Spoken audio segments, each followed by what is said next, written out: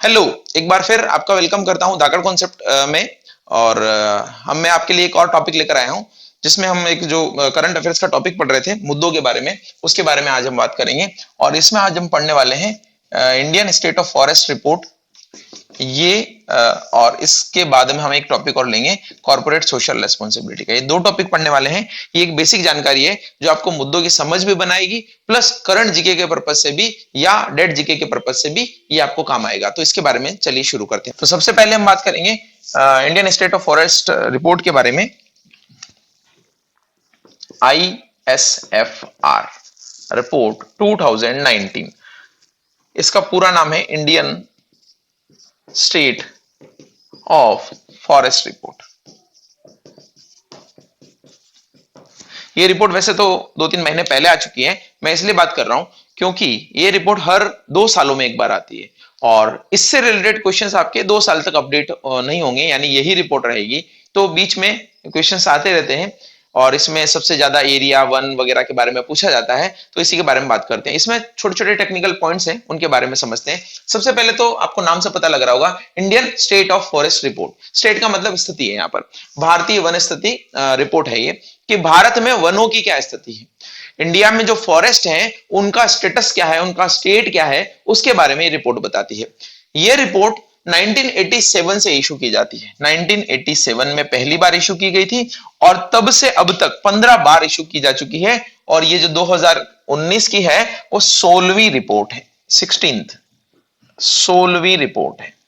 तो ध्यान रखिएगा दोस्तों, अगर कभी पूछा जाए, एसएससी कई बार ऐसे इस तरीके से क्वेश्चन उठा लेता है कि और आजकल देखिए अभी जो प्रेजेंट सिनेरियो चल रहा है वो आपका ज्यादा जोर जो देता है वो आर्ट एंड कल्चर पर देता है या फिर हमारा एनवायरमेंट पर देता है, इकोलॉजी पर देता है।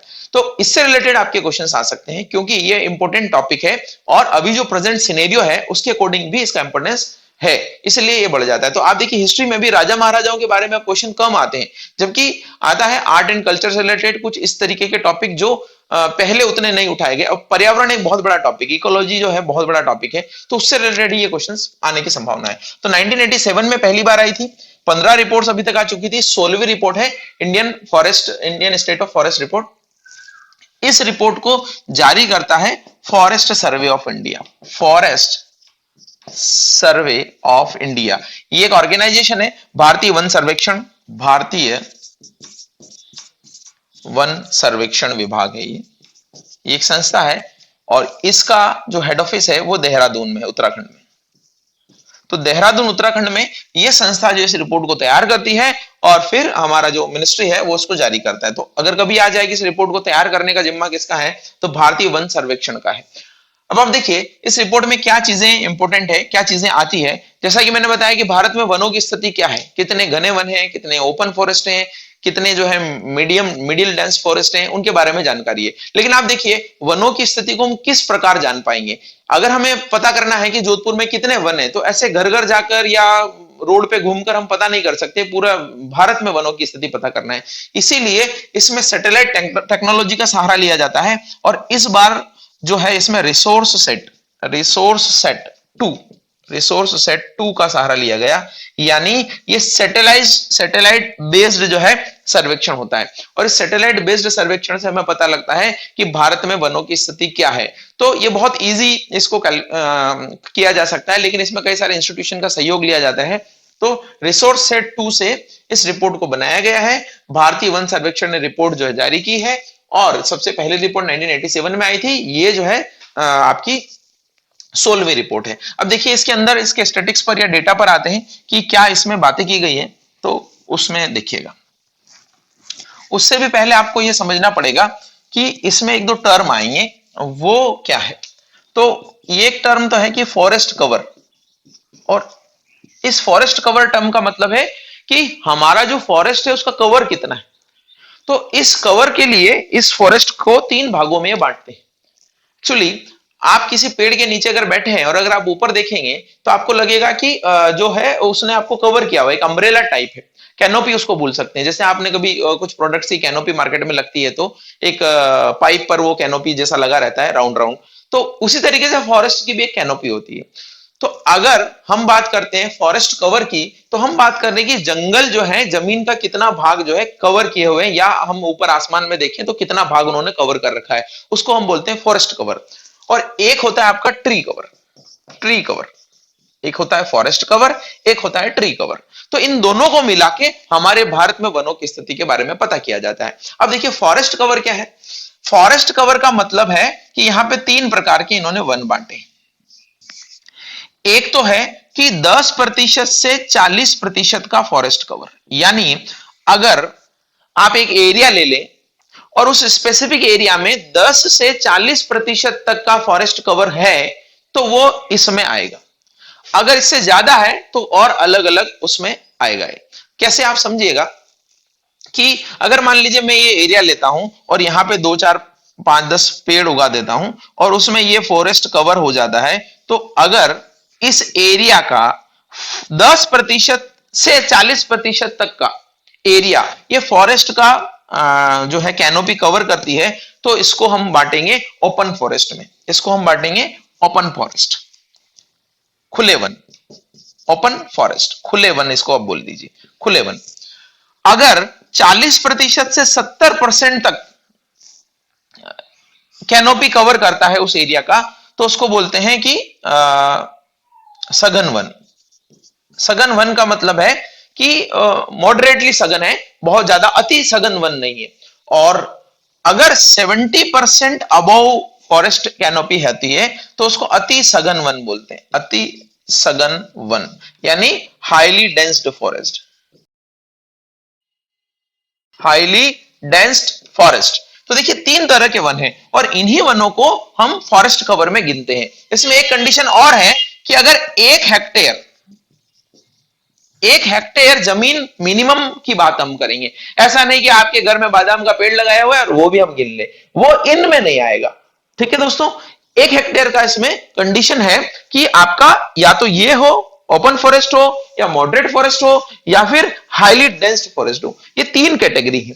और अगर हम इसकी बात करें तो इसमें क्या आएगा, इन सारों में जो इंक्लूड नहीं है वो फिर आपका ट्री कवर में आएगा। जो इनमें इंक्लूड नहीं है वो ट्री कवर में आएगा। तो आप ये देखते होंगे कई सारे जगह पर, कई सारे जैसे राजस्थान के स्पेसिफिक पार्ट में दूर दूर दूर तक पेड़ लगे हुए हैं, या थोड़े बहुत आसपास से थोड़े दूर हैं, तो उनका क्या है, जो कैनोपी है वो इतना नहीं है कि 10% का भाग भी कवर कर ले। तो अगर 10% भी कवर नहीं कर पा रहा है तो फिर हम बोलेंगे उसको ट्री कवर। तो भारत में इन दोनों को मिलकर गणना की जाती है।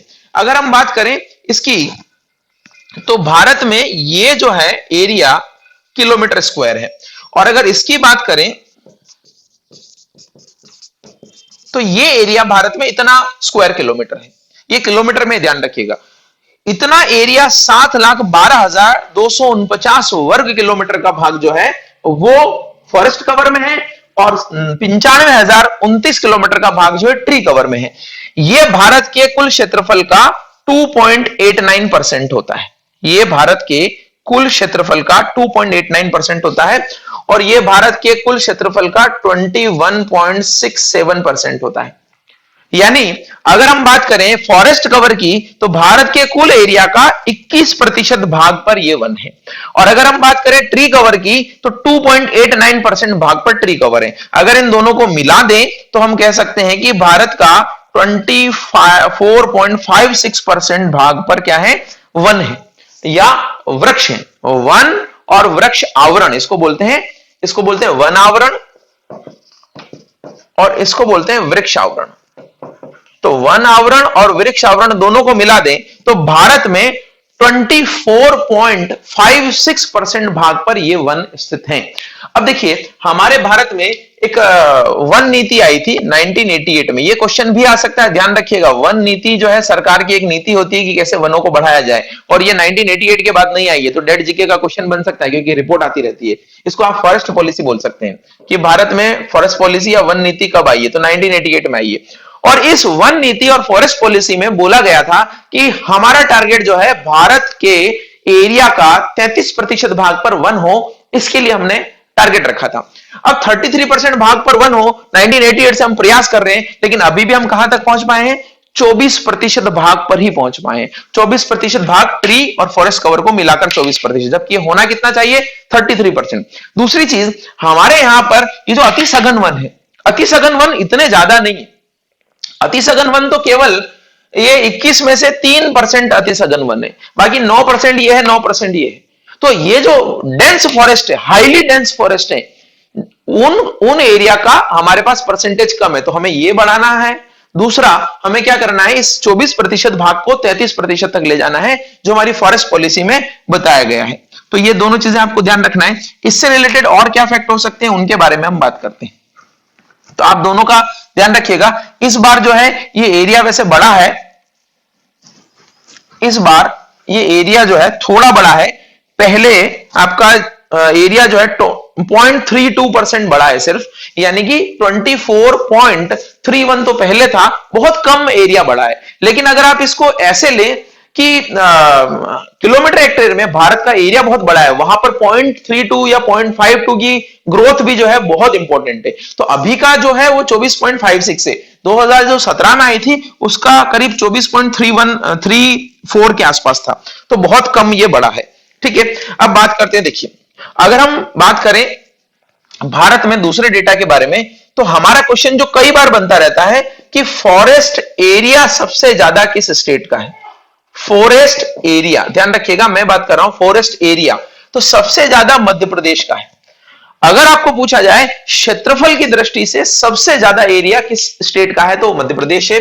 उसके बाद में आपका अरुणाचल प्रदेश है, और उसके बाद में आपका एरिया आता है छत्तीसगढ़ का। तो ये 3 स्टेट मैंने बताए जिनका एरिया सबसे ज्यादा है।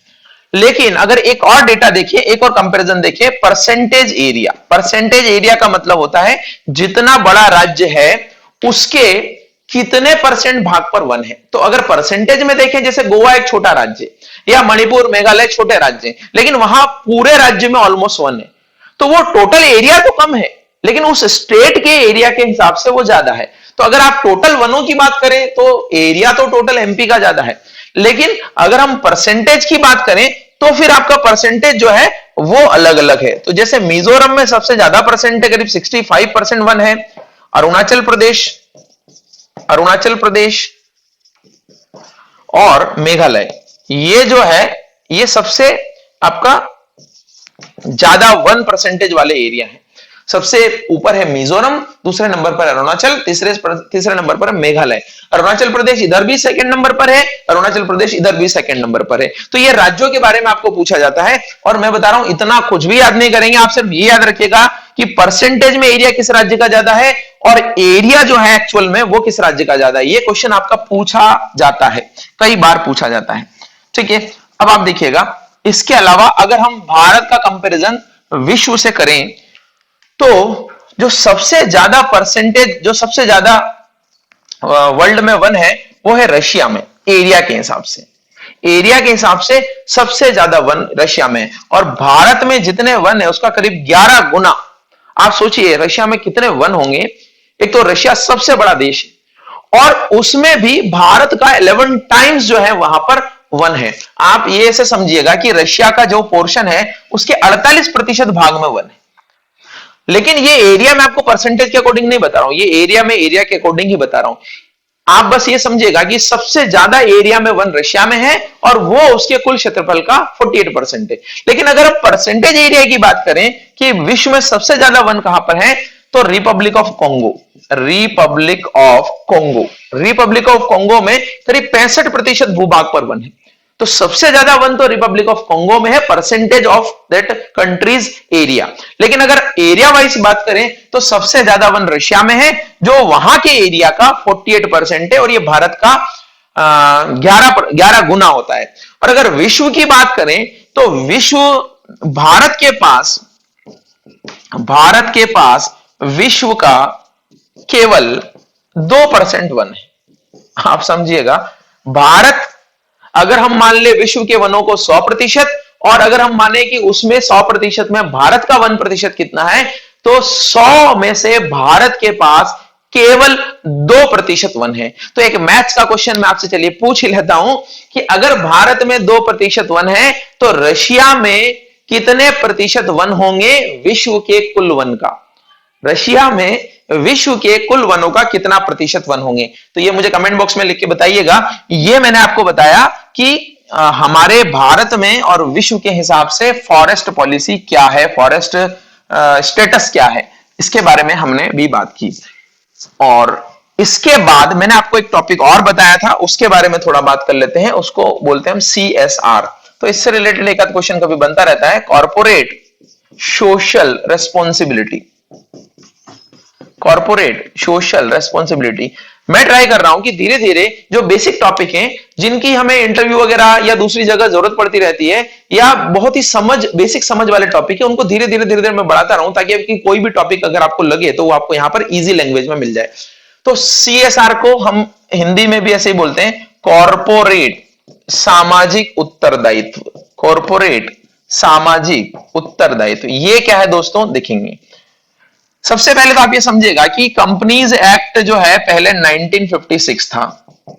भारत में कंपनी अधिनियम पहले 1956 चलता था, और इस कंपनी अधिनियम 1956 को बदलकर नया अधिनियम जो किया गया वो 2013 कर दिया गया।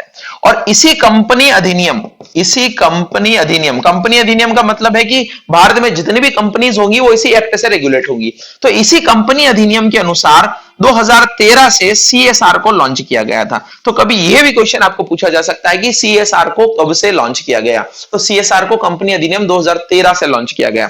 दूसरी इंपॉर्टेंट चीज कि CSR क्या है, तो देखिए यहां पर जो लिखा है कि कॉर्पोरेट सामाजिक उत्तरदायित्व या सोशल रेस्पॉन्सिबिलिटी, इसका मतलब किसी भी कंपनी की समाज के प्रति क्या रेस्पॉन्सिबिलिटी। आप इसको ऐसे समझिएगा कि मान लीजिए हमारे यहां पर रिको या बासनी एरिया में बहुत सारी फैक्ट्रीज हैं, और वो गवर्नमेंट को टैक्स देकर अपना प्रोडक्शन करती हैं, लेकिन वो जो धुआं छोड़ती है, वो जो पोल्यूट करती है पानी को, भूमि को, हवा को, और उसमें तो हम भी रहते हैं। तो प्रॉफिट तो कमाया उन्होंने, टैक्स उन्होंने सरकार को दिया, लेकिन हमारा कंपेंसेशन कैसे होगा? हमारे लिए उनके क्या दायित्व हैं?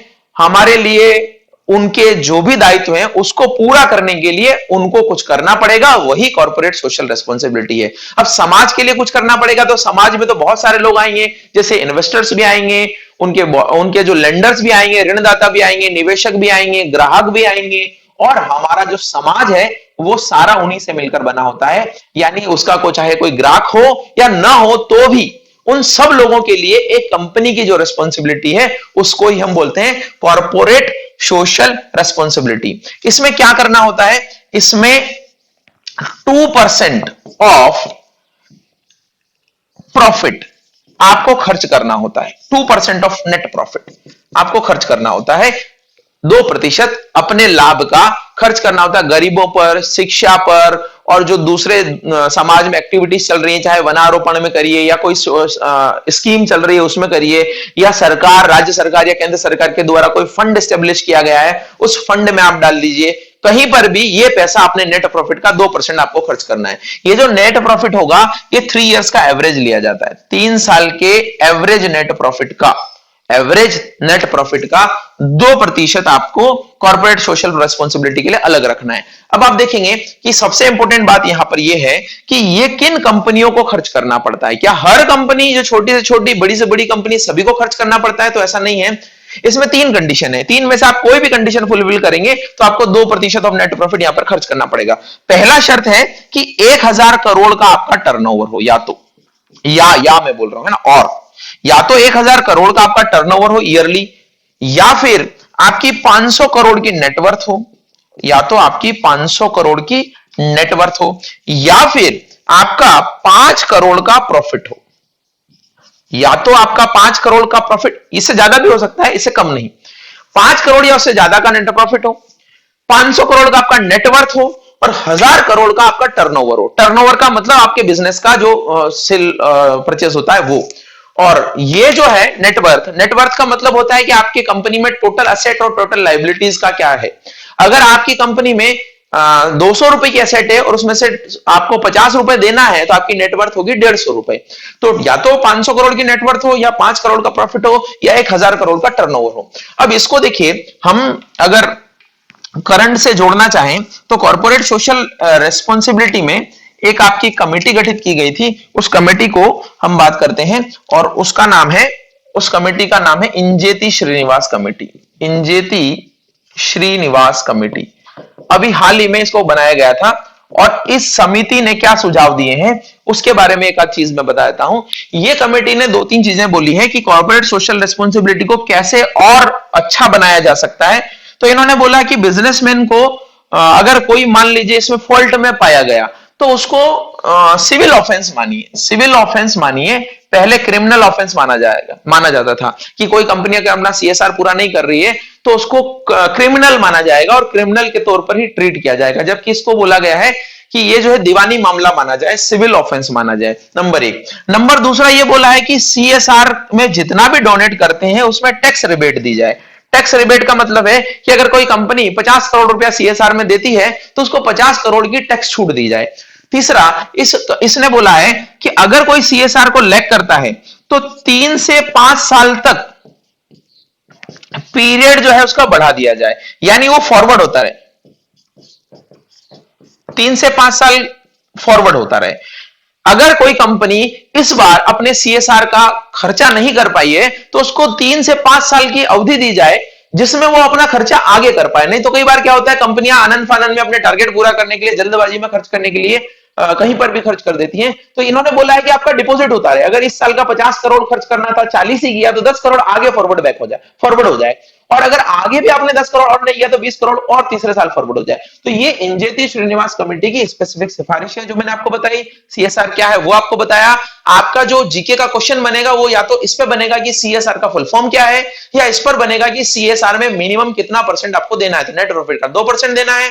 और अगर आपका ये बन जाए कि कंपनी का क्राइटेरिया क्या है, तो आपको पता है कि 1000 करोड़ का टर्नओवर, 500 करोड़ का नेटवर्थ या 5 करोड़ का प्रॉफिट। अगर आपको पूछा जाए कब से लागू हुआ है तो 2013 से लागू हुआ है। तो अगर हम इनके ऑब्जेक्टिव क्वेश्चन बनाए तो कम से कम 10-15 क्वेश्चन बन जाएंगे, लेकिन मैंने एक ही बार में आपको सारा बता दिया है। तो आप ध्यान रखिएगा इस टॉपिक को, और मैं आपको नए नए टॉपिक्स लेकर आता रहूंगा, ऐसे इंपॉर्टेंट टॉपिक्स लेकर आता रहूंगा जिनको जानना आपके लिए बहुत जरूरी है। तो मिलते हैं नेक्स्ट वीडियो में। Thank you so much.